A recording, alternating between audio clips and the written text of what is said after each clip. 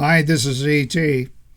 This is Franco Colombu, former Mr. Universe, Mr. Olympia. Colombu was one of the strongest physique champions ever, one of the few bodybuilders to compete in the world's strongest man competition. Franco Colombu died age 78, August 3, 2019. He was in Sardinia, Italy. He had grown up in Sardinia. Apparently, he got sick while swimming at San Teodoro. He was flown to a hospital, so the reports go, where he was pronounced dead. That's pretty much all that's known at this time. As followers of this series of videos know, E.T. avoids featuring athletes of the post-Diana Ball era. That's roughly 1960 to today. But it's E.T.'s channel, and E.T.'s going to make an exception, especially for someone who can exhibit the combination of aesthetic physique and Herculean strength, and Franco Colombu did.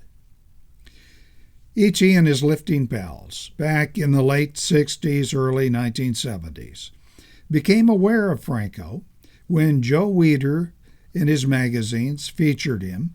Franco was already known as a European boxer and a European physique star. Weider brought Franco over here to join his pal in California. His pal was from Austria. He was much larger, but also not nearly as strong as Franco Colombu. Colombu lifted very heavy weights. I'm going to post the metric numbers on the video.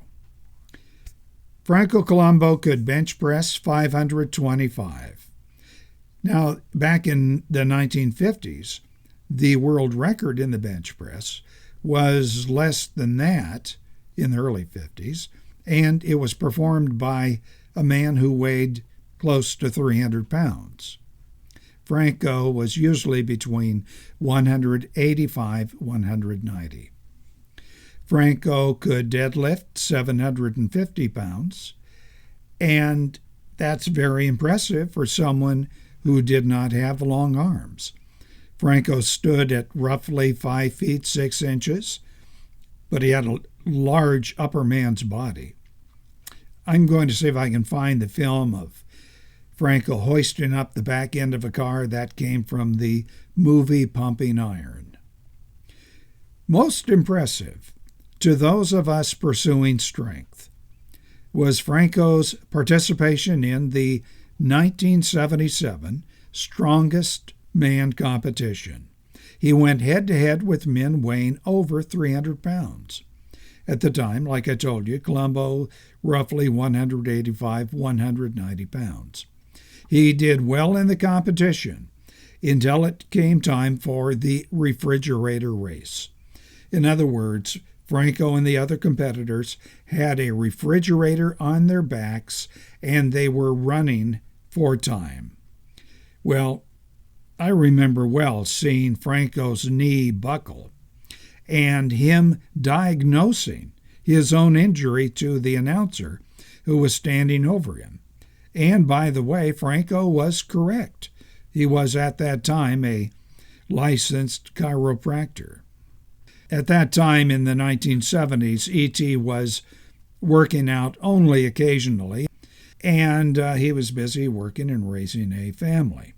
And by that time also, he'd realized that men like Franco, in fact almost all strength and physique competitors, had been less than candid regarding the role of chemicals in their success. Franco and his training partner, the models for Saturday Night Live's Hans and Franz characters, used steroids, and it was becoming so obvious as new and better drugs were made available in the late 60s and 70s on.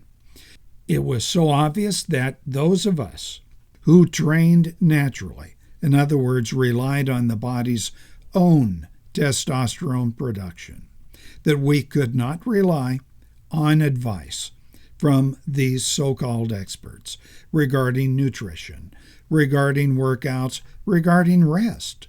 In other words, those training without chemicals could actually get weaker and damage their bodies, attempting to do what, say, Franco Colombu did.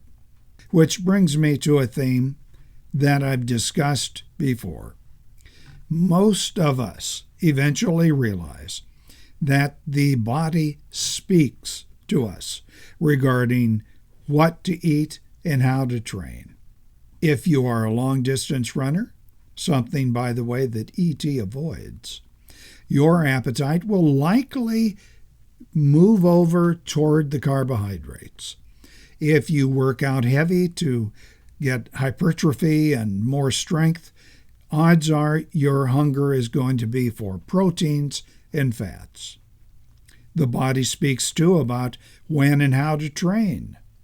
You'll know if you're not recovered yet, but keep in mind many times when you do not feel like training, even though you've had plenty of rest, you may go to wherever you work out and have your best run or weight workout ever. Knowing this about the body speaking allows the amateur health and bodybuilding enthusiast to admire somebody like Franco for his carved, defined musculature, for his incredible strength, but not as any kind of guru. He has nothing to say to the natural trainer. So to Franco Colombu, thank you for the memories. Thank you for the inspiration. Even though E.T. and his friends, who got their nutrition from food and not a laboratory, we can only admire, but not emulate, your incredible strength and physique. This is E.T. What do you think? Put your comments below. If you liked the video, you can tap that thumbs up. If you didn't, tap the thumbs down. I really don't care. I do care, however, that you subscribe to these videos. Thank you.